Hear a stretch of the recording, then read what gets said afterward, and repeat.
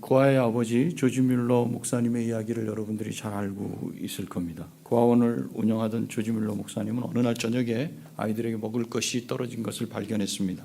그는 기도하기 시작했습니다. 사정을 아뢰고 먹을 것을 보내달라고 기도하기 시작했습니다. 근데 그 기도가 단박에 들어져서 바로 뭔가가 이루어지지 않았습니다. 아이들의 뱃속에서는 계속 꼬르륵 소리가, 전화벨이 계속 울리고 있죠. 여기저기서 울리는 꼬르륵 꼬르륵 소리는 점점 커집니다. 그런데 시간이 지나자 꼬르륵 소리가 멈춰, 하나 둘씩. 그때가 지나면 이제 소리도 안 나요. 그죠? 바짝 달라붙는 시간이 오죠. 그 아이들은 오늘은 굶어야 하는가 보다 하고 기도를 멈추고 싶었어요. 기도해도 들어주시지 않고 밖에는 비가 억수같이 쏟아지고 있었어요. 아이들이 기도하고 기다리다 지쳐 있을 때쯤 밖에서 마차가 도착하는 소리가 들렸어요. 우의를 입은 한 사람이 뛰어오더니 마차에 가득 싣고 온 빵을 내려달라고 말하는 겁니다. 밖에서 외부 행사가 진행되는데 거기서 또 이 빵을 맞췄는데, 빵을 주문했는데 비가 넘어와가지고 취소가 되니까 이 주문한 빵을 어떻게 해야 될까 고민하다가 이 목사님 고아원이 딱 생각이 났대요. 그래서 이리로 가져왔대요. 고아원 식구들은 그날 저녁을 굶지 않게 됐어요. 하나님께서 그의 기도를 듣고 계셨던 겁니다. 만약에 꼬르륵 꼬르륵 소리 때문에 이 목사님이 마음이 불안해져 가지고 어디로든지 가야 되지 않을까, 뭔가를 해야 되지 않을까 하고 길을 나섰더라면, 어쩌면 아이들을 다 데리고 야 우리 어디 다른 데라도 가보자 해서 갔다면 마차가 오는 곳과는 반대 방향으로 가야 했을 것이고, 시간, 돈을 낭비하면서 아이들은 더 지치고 병이 났을지도 모릅니다. 신자로 살아가면서 우리는 이런 경험을 자주 합니다. 기다리지 못하고 내 방식대로 했을 때 내가 겪어야 할 시간의 고통, 재정의 고난, 몸의 고생을 경험합니다. 일이 실타래처럼 꼬이게 만듭니다. 아마 여러분도 이런 경험들이 있을 겁니다. 그래서 꼬인 실타래를 풀어내느라 인생의 대부분의 시간을 낭비하고 있는지도 모릅니다. 오늘 본문에는 죽음을 무릅쓰고 도망하는 한 여인이 나옵니다. 이 여인은 아브라함의 아기를 임신하고 있었습니다. 그런데 이 여인은 왜 죽음을 무릅쓰고 도망을 치는 걸까? 앞으로 이 여인에게 도대체 무슨 일이 기다리고 있을까? 과연 이 여인은 무사히 자기가 가려고 했던 목적지까지 갈 수 있을까? 오늘 본문의 말씀을 통해서 우리 각자에게 주신 하나님의 음성을 듣게 되시기 바랍니다. 오늘 본문 16장 전체를 다 읽었는데 16장 전체는 세 부분으로 구분이 돼요. 내용에 따라서. 첫 번째는 1절부터 6절까지 장소를 중심으로 집안에서 벌어진 사건이에요. 그 다음에 7절부터 14절은 집을 나와서 집 밖에서 벌어지는 이야기. 그리고 15절 16절은 역시 다시 집안에서 벌어지는 사건으로 마무리가 돼요.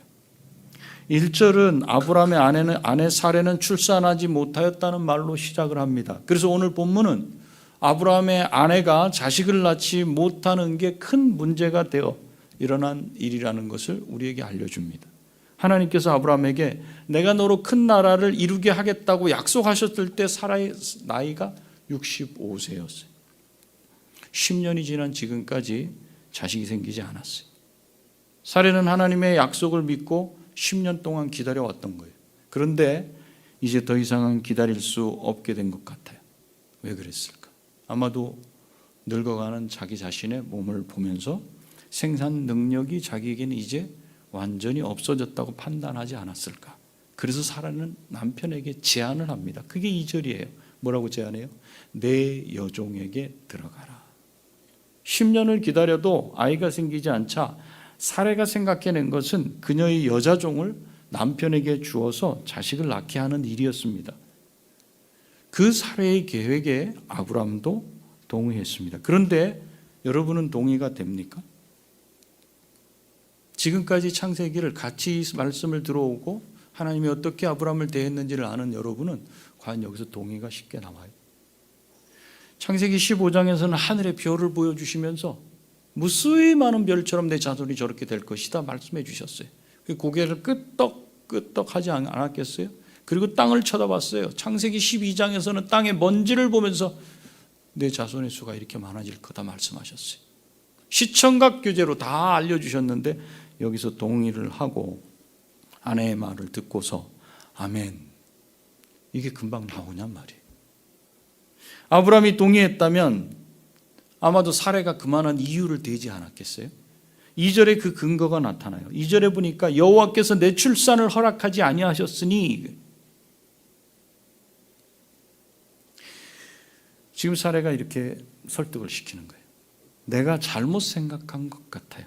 하나님께서 내게 자식을 주지 않으시는 걸 보니까 나와 당신을 통해서 자식을 하나님이 주시겠다, 그런 말씀은 아니었던 것 같아요. 나는 빠져도 되고 어떻게 됐든 당신을 통해서 자식을 주는 게 아니었는가. 그래서 늙어가는 내가 당신을 통해 주실 자식을 막고 있는 건 아닌가. 나는 이렇게 판단이 됩니다. 그러면서 아브라함에게 제안을 했을 거예요. 즉 하나님께서 주신 말씀에 대한 해석을 이 사례가 세월에 따라서, 상황에 따라서 유리한 쪽으로, 어떻게든 일을 이루려는 쪽으로 지금 재해석을 한 거예요.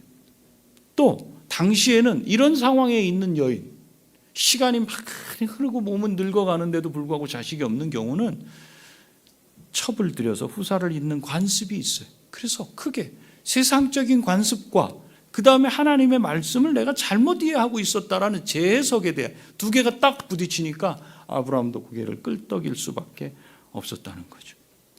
그래서 어떻게 됐는가 3, 4절에 말하고 있어요. 아브라함이 사레의 여종과 동침했더니 그 여종이 임신했어요. 이때 아마도 사레는 무슨 생각을 했겠어요? 역시 이것이었구나. 내가 왜 여태껏 이것을 막고 있었을까? 내가 내 계획이지만 이게 내 계획이 아니고 하나님이 원하시는 거였을 것이다, 이렇게 생각하고 마음에 흡족했을 거예요. 그런데 돌발 변수가 생겼어요. 생각지 않았던 일이 일어났어요. 그게 뭐냐면 임신한 여종이 여주인인 사레를 이제는 업신여기기 시작했어요. 마치 자기가 이제는 그 집의 여주인이라도 된 것처럼 그렇게 행동해요. 그래도 자기가 계획한 것이기 때문에 감당해야 되겠다고 그거를 잘 받아들이면서 왔는데 참다 못 참아 그 한계가 왔어요. 그러자 남편 아브라함한테 자기의 고통을 털어놓으면서 아브라함을 원망해요. 5절 세 번역으로 제가 읽어요. 여러분 한번 보세요. 내가 받는 이 고통은 당신이 책임을 지셔야 합니다. 여종이 임신한 후에 여주인인 나를 대하는 방식이 이렇게 거칠고 무시하고 멸시하는 거, 이거 당신 알고 있지 않소? 근데 당신이 아무 말도 안 하니까 여종이 계속 그러는 거 아니요? 그러니 이 책임이 당신에게 있습니다. 당신이 져야 됩니다. 아브라함은 아무 말도 안 해요. 그래서 아브라함이 뭐라고 말해요? 6절에서 여보, 당신의 종이니 당신 마음대로 할 수 있지 않소? 당신이 좋을 대로 그에게 하기 바라오. 그러자 그동안 참아왔던 사례는 여태껏 당해왔던 수모, 멸시, 천대, 그것을 그대로 갚아주기 시작해. 그러자 하갈은 사례의 학대를 또 반대로 이번에는 견디다 못해 참다 못 견뎌서 어떤 결정을 하게 돼. 그것이 뭐예요? 도망치는 거예요. 여러분, 종이 된 사람이 주인의 집에서 뛰쳐나와 도망한다는 것은 어떤 이유에서건 그건 목숨을 건 일입니다. 얼마나 심한 학대였으면 이 여자가 집을 뛰쳐나오겠어요? 목숨을 걸겠어요? 여기까지가 집안에서 있었던 이야기예요. 그 안에서 벌어진 일. 이제 집에서 도망친 여종에게 어떤 일이 일어나는지 7절부터 14절까지의 내용을 우리가 살펴봐요. 도망치는 여종은 걷고 또 걸었어요. 그렇게 계속 걸어서 가나안을 벗어났어요. 남쪽으로 내려가고 있어요. 그리고 사막으로 들어섰습니다. 이제 조금만 가면 자기가 떠나왔던 그 나라로 돌아가게 돼요. 그런데 사막을 걸어가다가 물이 있는 샘을 만나요. 사막에 보면은 이런 오아시스가 있어요. 그곳에서 지친 몸을 잠시 쉬어가려고 하는데 누군가가 나타납니다. 그리고 그가 질문을 합니다. 8절에서 세 번역으로 제가 읽어요. 사라의 종 하갈아, 내가 어디서 와서 어디로 가는 길이냐? 하갈은 깜짝 놀랐습니다. 집을 떠나 도망 중에 있는 자기의 이름을 정확하게 아는 사람이 나타났기 때문에 그렇습니다. 그래서 질문에 답을 합니다. 나의 여주인 사레에게서 도망하여 나오는 길입니다. 그러자 9절에서 너희 여주인에게로 돌아가서 그에게 복종하면서 살아라, 이렇게 말해요. 지금 이 여인은 여주인의 학대를 견디다 못해 목숨을 걸고 도망을 치고 있는 중인데 돌아가라는 말을 들은 겁니다. 이 말에 쉽게 동의되지 않을 겁니다. 이미 이 여인은 집을 떠날 때 나는 길에서 죽으면 죽지 다시는 돌아가지 않겠다는 결정을 했습니다. 게다가 돌아갈 뿐 아니라 이번에는 뭘 하래요? 돌아가서 어떻게든지 있어 봐봐, 이렇게 말씀하지 않고 그에게 복종하면서 살아라, 이렇게 말해요. 너를 학대하던 여주인에게 돌아가서 그 주인에게 복종해라, 이 말이. 여기서 복종하라는 말은 그냥 고분고분 말 잘 듣고 그렇게 살아라, 그 말이 아니에요. 그냥 어떻게 감당하면 안 되겠니, 이 말이 아니에요. 우리가 앞에서 이 여인이 도망한 이유를 6절에서 봤어요. 뭐 때문에 도망했어요? 학대 때문에 도망했어요. 6절 말씀에 학대. 학대는 정신적, 육체적으로 몹시 괴롭게 하는 거예요. 그것 때문에 도망했어요. 이 학대라는 말이 9절에 쓰인 복종하다는 말과 같은 단어예요. 다만 6절에서는 학대를 당했다라고만 말을 하는 단어예요. 나 학대 당했어, 나 뭐 당했어, 이럴 때. 그런데 9절에서는 거기에 조금 추가가 돼서 이런 의미가 있어요. 자발적으로 학대를 받아라 라는 의미가 있어요. 학대를 당하는 거는 학대를 하는 사람 입장에서가 아니라 받는 사람 입장에서 그냥 나는 당했다, 어쩔 수 없이 당했다, 이런 뜻이에요. 받고 싶지 않았는데 받았다, 이런 뜻이고, 여기서 복종하다라 쓰이는 이 똑같은 학대라는 의미는 변화가 조금 달라요. 변화형이. 이거는 재귀라 그래서 그가 한 게 나한테 다시 돌아오도록, 내가 원해서 자발적으로 학대를 당한다는 그런 의미가 있어요. 학대를 피해서 여주인에게서 도망하는 여종에게 이 말이 도망치는 여종의 발걸음을 돌이켜 세울 해결책이 되겠습니까, 여러분? 이 말을 듣고 열만 더 나지 않겠어요? 화만 더 나지 않겠어요? 그런데 이 사람은 여기서 멈추지 않고 12절까지 계속 말을 이어가요. 10절에 보니까 내가 내 씨를 크게 번성하여 그 수가 많아 셀 수 없게 하리라. 자손 문제를 말씀하셔요. 자손이 많아지게 할 수 있는 존재는 사람이 아닙니다. 사람의 죽고 나는 문제를 주관하시는 분은 하나님밖에는 없습니다. 갑자기 만난 사람이 자기의 신분과 이름, 그리고 여기에 왜 와 있는지, 앞으로 어떻게 해야 하는지를 어떻게 말해줄 수 있어요? 사람이. 게다가 11절에서는 이 여인이 아들을 낳을 거라고 말해줘요. 외적으로야 이 여인이 임신했는지 안 했는지 뭐 볼 수는 있겠죠. 배가 나왔고 뭐 이렇게 한다면. 그러나 당시에 그들이 입는 옷이나 이런 것을 봤을 때는 이것도 발견하기 쉽지 않아요. 더군다나 뱃속에 있는 아이에 누가 태어날지까지를 알고 있어요. 그리고 왜 이스마엘로 지어야 하는지 그 이유를 11절에 설명해요. 이는 이렇게 하죠. 그 이유예요. 왜 이스마엘로 지어야 돼요? 여호와께서 내 고통을 들으셨음이니라. 여기서 쓰인 고통이란 말도 6절과 9절의 학대하다와 복종하다와 같은 뿌리에서 나온 단어예요. 그리고 내 고통을 들으셨음이라 하는 말을 보면 이 여인은 집에 있을 때 여주인의 학대가 견디기 힘들어서 하나님께 뭘 했다는 걸 알 수 있어요. 기도했구나. 부르짖었다는 걸 알 수 있어요. 이렇게 기도한 사실은 누가 알아요? 기도한 당사자가 알아요. 두 번째, 그 기도를 들으신 하나님이 알아요. 여러분이 기도를 하시면 누가 알아요? 여러분 자신이 알아요. 그리고 하나님이 아셔요. 그런데 그렇게 간절히 기도할 때는 들으시는지 아니 들으시는지 나타나시지 않았던 하나님이 지금 오늘 목숨을 걸고 도망치고 이제 내가 떠났던 그 나라로 돌아가기 직전에 이 여종 앞에 나타나셨어요. 그리고 장차 이 여인이 아들을 낳을 것이고 그 아들의 이름을 이스마엘로 지으라고 명령하고 계셔요.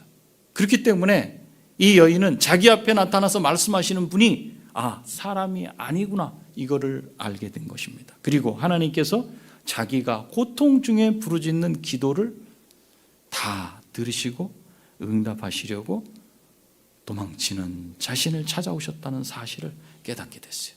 게다가 평생 동안 그녀에게 나타나신 분이 누구신지 잊지 않게 하려고 아들의 이름을 뭘로 지어요?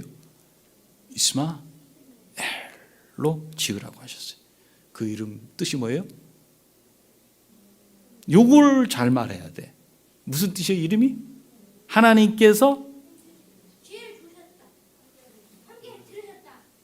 들으셨다로 말고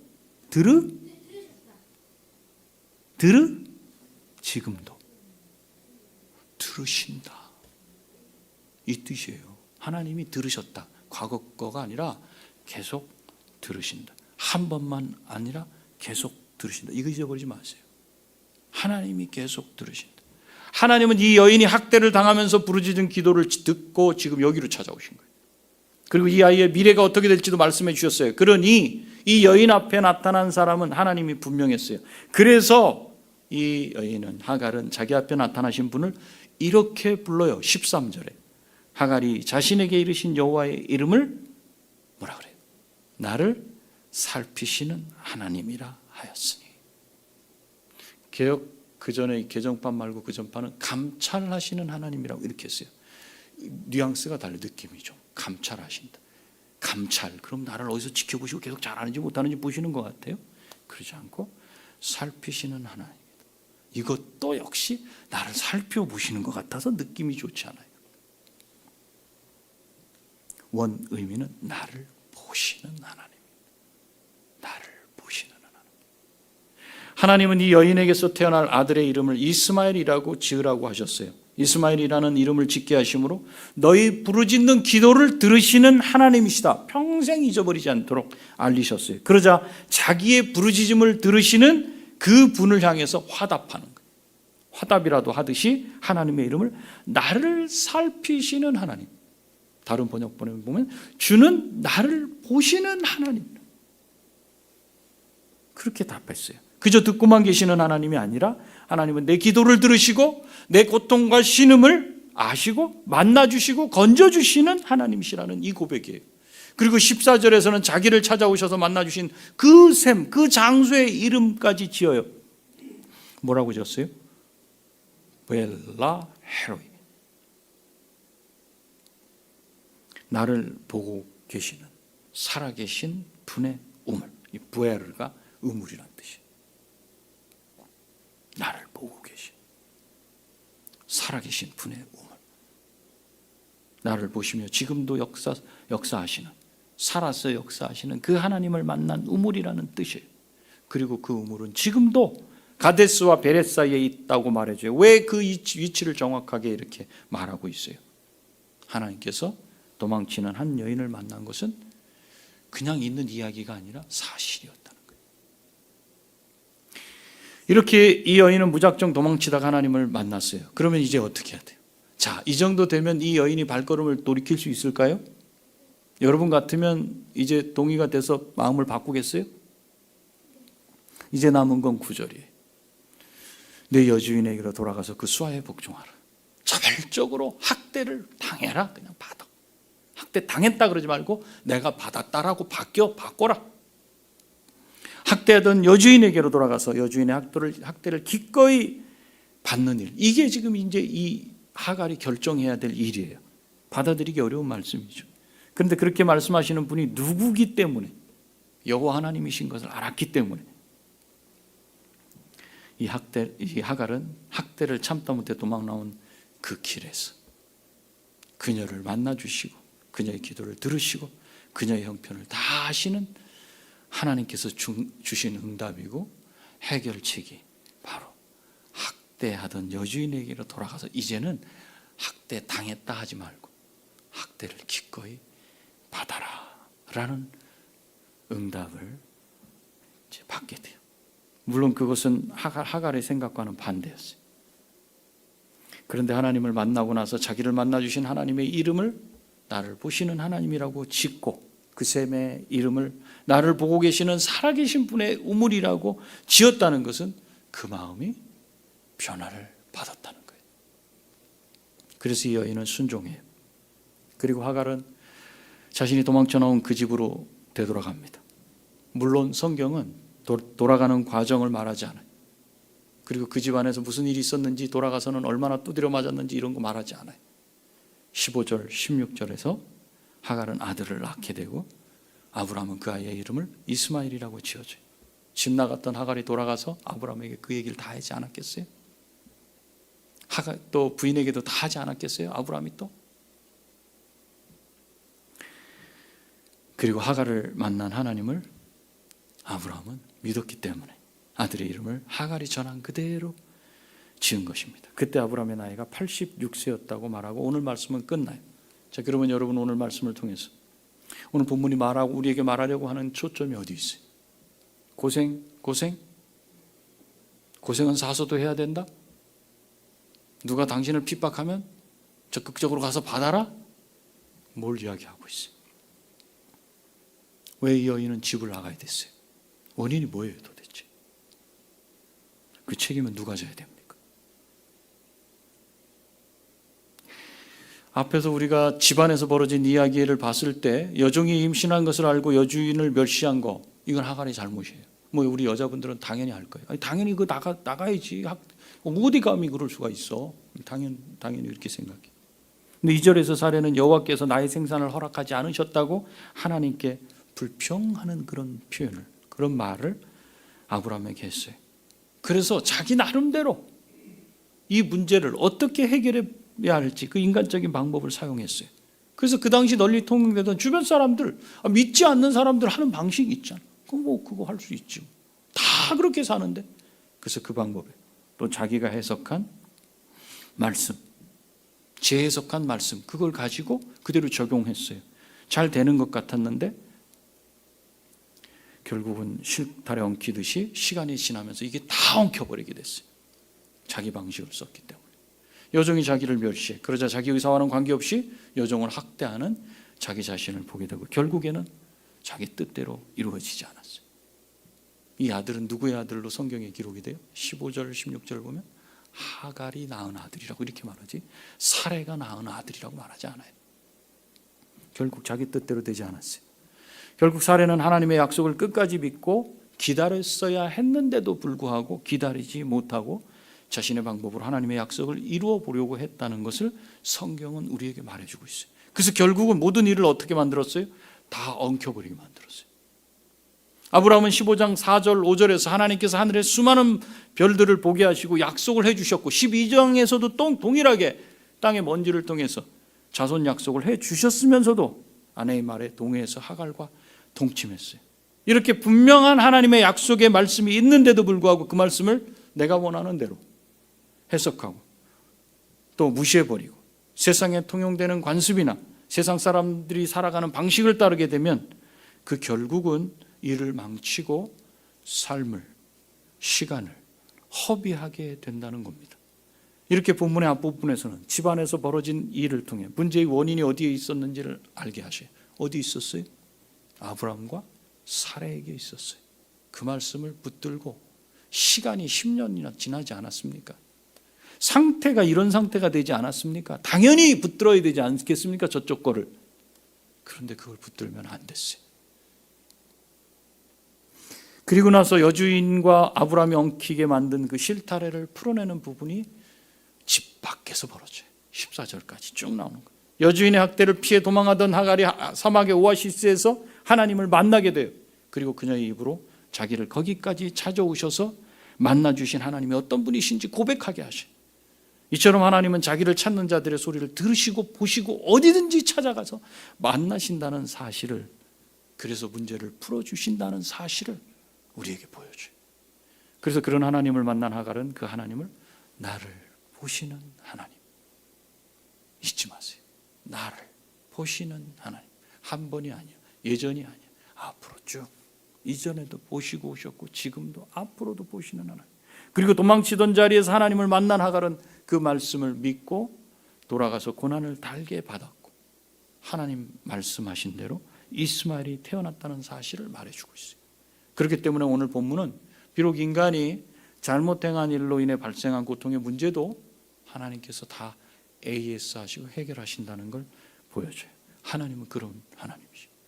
고통받고 기댈 곳이 없이 도망하던 여종 하갈을 하나님께서는 어떻게 대해 주셨는지를 보여주심으로써 하나님이 어떤 분이신지를 우리한테 분명하게 알게 하십니다. 하나님은 하갈의 고통을 들으시고 하갈의 아픔을 보시고 하갈이 있는 곳까지 찾아오셔서 만나주시고 문제를 해결해 주신 분이십니다. 하나님께서 하갈의 고통의 신음소리를 들으신 것처럼 여러분의 슬프고 아프고 고통스러운 신음소리를 들으십니다. 하나님은 하나님께 부르짖는 자의 기도를 들으셔요. 기도해 봤지만 문제가 해결되지 않는다고 여러분의 방법을 쓰려고 하나님 말씀을 재해석하고 정당화시키고 합법화시키고 그것도 안 돼서 기도를 멈추지 마시기 바랍니다. 당분간은 잘 되는 것 같아요. 내 인생 내가 선택해야 되지 않습니까? 주변 사람들 이렇게 저렇게 하는데 그 정보를 다 수집해갖고 그냥 그거 맞춰서 가야 되는 거 아니겠습니까? 여러분 다 그렇게 해요. 다.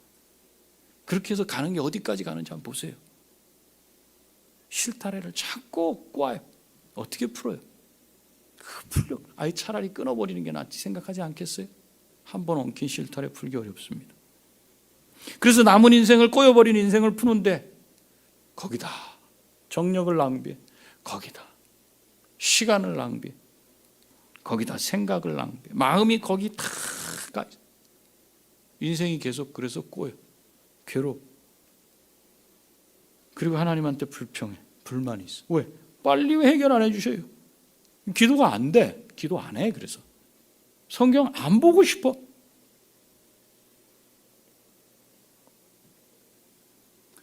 하나님만이 우리 모두의 근본적인 아픔과 슬픔과 고통이 무엇인지 아시고 해결책을 하시는 분인지 믿으시기 바랍니다.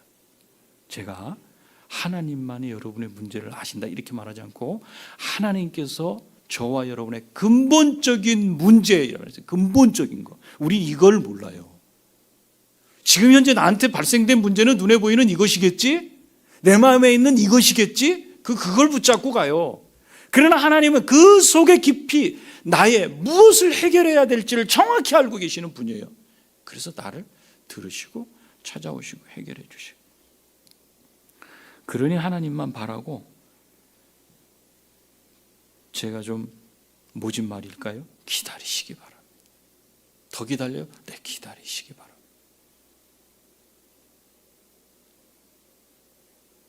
기도하시고 기다리시기 바랍니다. 내 속이 다 타들어가고 더 이상 기도할 힘이 없어질 때까지, 밥도 들어오지 않아서 금식한 지 오래되고 이 배가죽이 뒤쪽에 등 쪽에 다 달라붙어서 말을 하면 피가 튀어나올 정도가 될 때까지 기다려보시기 바랍니다. 동일한 사건이 출애굽기 2장에 보면 애굽에서 종살이하면서 오랜 시간 동안 노예로 고통받고 있던 자들의 그 소리를 하나님께서 들으시고 모세를 보내셔서 백성들을 데리고 나오신 것을 우리가 알아요. 그런 것처럼 하갈을 찾아오시고 만나주시고 문제를 해결해 주신 분이 하나님이신 것처럼 저와 여러분의 간구를 들으시고 만나주시는 분이 하나님이신 줄 믿으시기 바랍니다. 하나님이 들으시기에 합당한 간구를 해야 되겠죠? 아니요. 여러분 수준에서 그게 근본적인 문제라고 하는 그 정도를 가지고 나오세요. 때가 됐을 때 하나님이 만나주셔서 진짜 문제가 무엇인지를 가르쳐 주시고 해결해 주실 겁니다. 기다리지 못해서 하나님께서 들어주시기 전에 내 방법을 써서 계속 살아온 인생이라면 인생이 지금 얼마나 꼬여 있는지를 알 겁니다. 그거 풀 수 있어요, 여러분? 못 풀어요. 맡기세요. 하나님, 제가 이 똑똑한 생각과 경험과 연륜과 지식과 가방끈으로 하나님을 제켜놓고 내 뜻대로 여태껏 이 길을 걸어왔어요. 그래서 인생이 꼬였는데 어디서 어떻게 꼬였는지도 모르겠어요. 그냥 기도하려면 그냥 눈물만 나고 가슴만 답답해요. 이제는 기도할 힘도 안 생겨요. 어떻게 해야 됩니까? 매달리세요. 매달리세요. 지금 가 있는 그 부엘라 헤로이에서 하나님은 만나 주실 거예요. 그 사막, 잠시 쉬는 그 자리에서 하나님이 만나 주실 거예요. 하나님께 묻고 기다려서 이미 꼬인 인생을 이제는 앞으로 풀어나가시는 여러분이 다 되시기 바랍니다. 알지 못할 어느 때 하나님께서 여러분을 만나 주시고 그 꼬인 거 다 풀어주실 것을 믿고 기다리면서 기도하시는 여러분이 다 되시기 바랍니다. 기도하시겠습니다. 여러분의 인생이 꼬여 있습니까? 하는 일이 안 됩니까? 그것이 내 뜻입니까? 이 시간 기도할 때 나를 보시고 들으시는 하나님을 제가 끝까지 신뢰하겠습니다. 이 결단을 하고 그 다음에 기도하며 지금 내가 당하는 혼란 그걸 적극적으로 내가 받아들이겠습니다. 이렇게 기도하시기 바랍니다. 기도해 주십시오. 아버지 하나님, 아버지 하나님,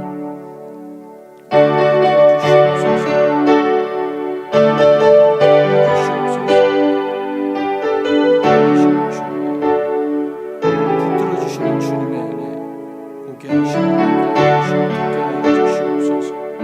주님 인생이 내 뜻대로 되는 것 같고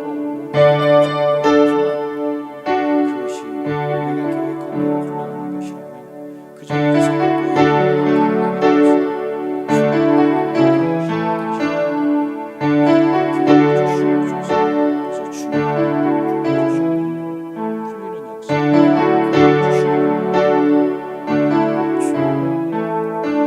자리에서 하나님 아버지, 우리는 각기 자기가 설계한 설계도대로 인생을 살아갑니다. 열심히 일해서 이것도 모으고 저것도 누리고 살아야지. 열심히 해서 모두 하고 모두 해야지. 그래서 뭔가 되는 것 같습니다. 그런데 그것이 내가 계획한 일이라면, 하나님과는 상관없는 일이라면 나는 계속 인생을 꼬아가는, 인생을 꼬이게 만드는 그 일에 헌신하고 있다는 사실을 오늘 발견합니다. 주님, 이제 더 이상 우리의 생각과 계획을 붙잡고 바둥바둥하지 아니하고 주님의 도우심을 구하게 하여 주시옵소서. 이제는 입을 열어서 어디서 어떻게 꼬인지 모르는 내 인생 주님께서 풀어주시기를 바라고 주님 해결해 달라고 기도하게 하여 주시옵소서. 그리고 기다리게 해 주십시오. 이제는 기도하며 기다리는 맷집이 생겨서 어른 신자로 성숙하게 자라게 해 주시옵소서. 성령께서 우리의 이 마음을 아시고 도우시고 인도하실 줄 믿습니다. 예수님의 거룩하신 이름으로 기도합니다.